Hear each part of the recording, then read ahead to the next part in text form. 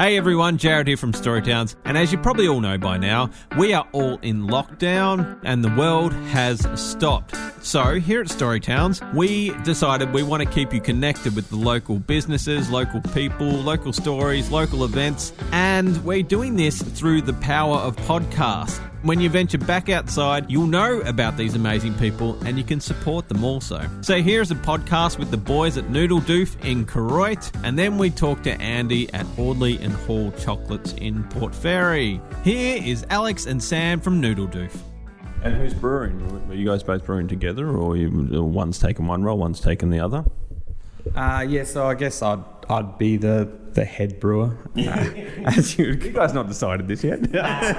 We've decided this. So back in the day, so Alex and I used to live together 15 years ago, where we did a bit of backyard brewing. We went our separate ways. I moved to Port Fairy. Alex stayed in Adelaide.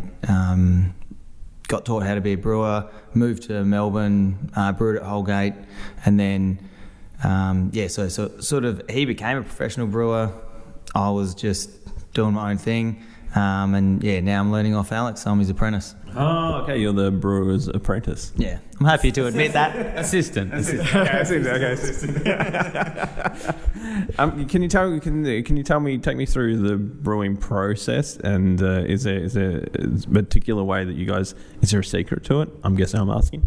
The secret's probably, I find, is simplicity, especially with the recipes. It's easy to get carried away with lots of different ingredients. I like to keep things simple, and it's really process-driven. So if you know all your critical control points, you know where the faults can occur, you focus on them.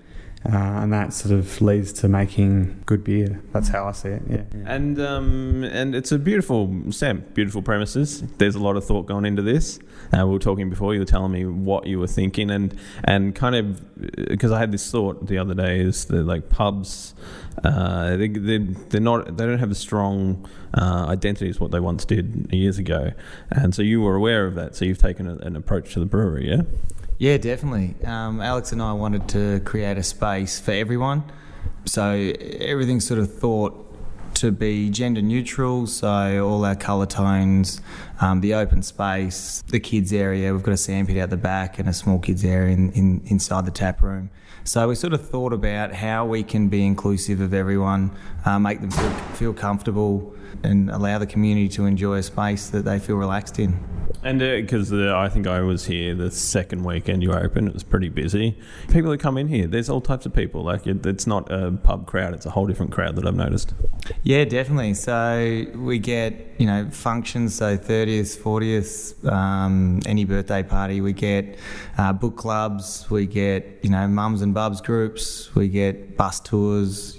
So it's a very wide scope. We had 2 hens parties on the weekend, so it was sort of trying to control the crowd there. What's been so you've grown pretty rapidly. Talk to me about this strange question, but what are the frustrations of trying to navigate everything? What problems have you come up against?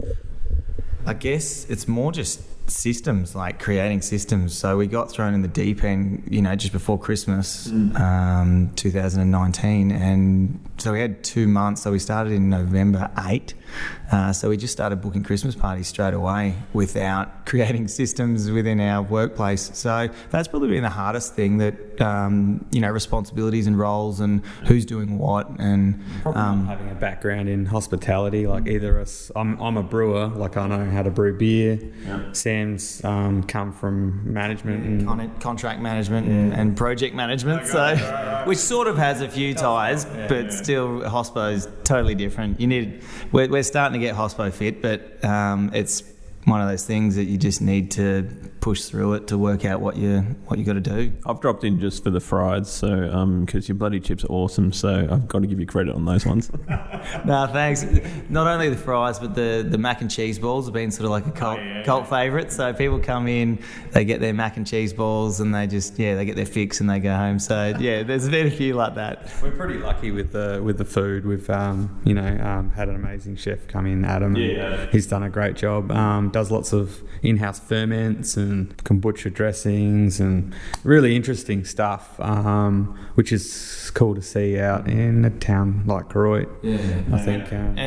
And Adam's also been really supportive of using local produce as well. Right. So that's from like Caravan Eggs, Childers Cove cheese, Shore River Buffalo cheese.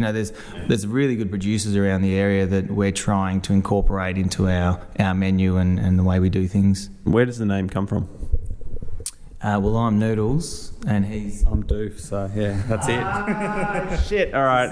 It's all coming together now. Got a few stories we like to tell people, like it's a small town in Germany that they can't find on the map because it doesn't exist, or we were going to try and make noodles, but then we couldn't figure that one out, so we... Neither of us can cook a good noodle dish, so we sort of stopped that idea, but yeah, I mean, we asked people to come up with their own ideas, what they think Noodledoof means to them, so yeah. Oh, good. Yeah. What was something? Just a country. What were they saying? Anything?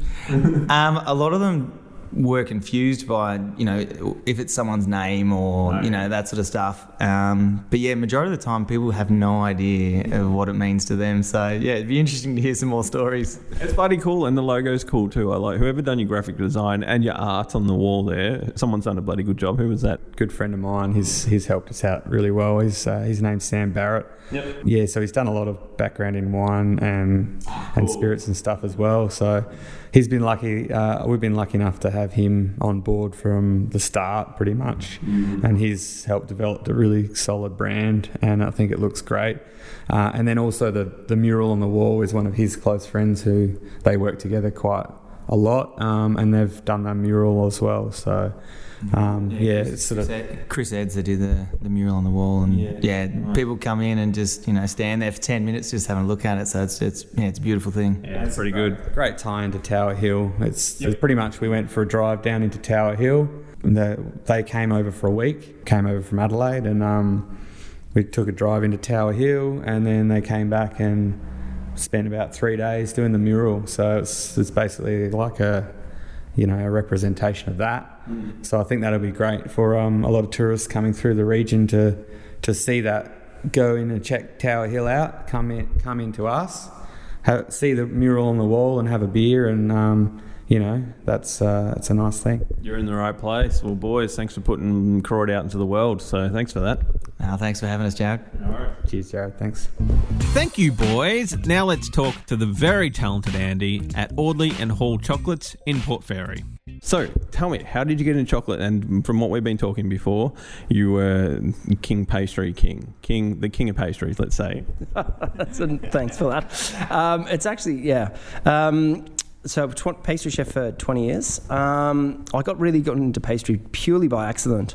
It's a pretty funny story. When I was an apprentice, one Sunday night, all the chefs had left me to clean down, and unbeknownst to them, there were still two guests in the restaurant who wanted dessert, and I basically had to just pull something out of nowhere. And they came back and ordered the same thing the next day, and my head chef went, "Oh, that's great. Well, you're now working on the pastry department." And so that was how I stumbled into pastry, basically. Where was this? Where was this at? This was in Wales at the Celtic...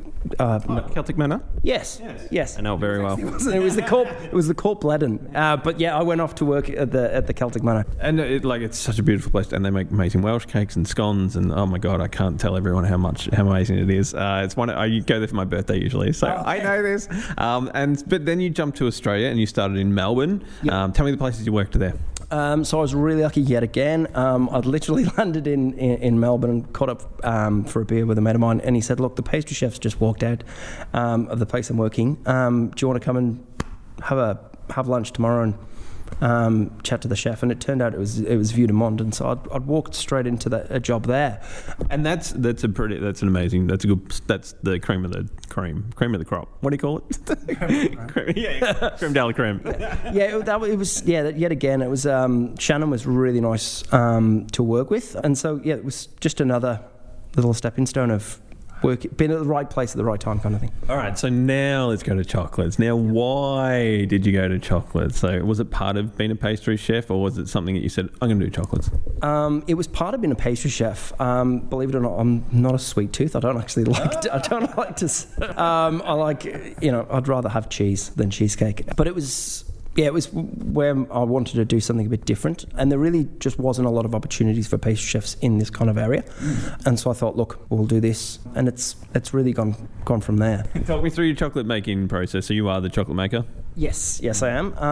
So we just try and do stuff that's a little bit left of centre. Yeah, I try to. As I said, I'm not a huge sweet tooth, and so you can kind of see that when you look in the shop that the stuff that you'd go, that's a bit weird. I don't know if I'd like that. That's more my taste coming through. So like the chocolate covered wasabi peas and pecan pumpkin and bacon. Would you say that's your signature chocolate? That's probably one of my favourites. Okay, what's your signature chocolate? Is there one? Signature. Not really a signature. What's your best seller, I would ask then? The best seller would be the salted caramel. Oh, of course. Something like that. Or the champagne truffles, or sparkling wine truffles, should I say, which we put popping candy on the outside, and so crackles to simulate the bubbles of the sparkling. And then we worked with Timboon whiskey. Oh, cool. Josh Walker, yeah. Yep, and made a whiskey truffle. And then we've recently just started with the Great Ocean Road Gin Company. Oh, wow. And made a gin and tonic chocolate. And that's gone really well. That's probably one of the most popular at the moment. Is there any that you wish that people would love, but it just didn't work? I used to make beer truffles. Oh, yeah. And they were really popular, and I don't know what happened, but the manufacturer of the beer must have changed the recipe, because they started fermenting and exploding. And they worked for like 2 years perfectly. I never had any issues. And then suddenly, the last 5 batches... I have in my head, in Ghostbusters, where Sigourney Weaver's in the kitchen, and then the eggs start popping by themselves. Is that what happened? Yes, yeah. So you'd make them and they'd look perfect, and they'd be, for a week they'd be fine, and then suddenly they'd start popping, and you're like, oh, not again. And you open the fridge, there's a big monster in there. You got to yeah. So we're trying to get that back, because that was really popular. Well, thanks for talking to me today, Andrew, and now I've got to go try chocolate. So this is ace. Thank you so much. Not a problem. Thank you. Thanks, Andy, and thanks to everyone for listening. Stay safe, keep locked down, and when you can venture back outside, go and support these local businesses. Support, and that's what we're all doing. I'm Jared from Storytowns. You can find us on Facebook, Instagram, Spotify and YouTube, and anywhere else you get your podcasts. Thanks, everyone. I'll talk to you on the next podcast. Bye.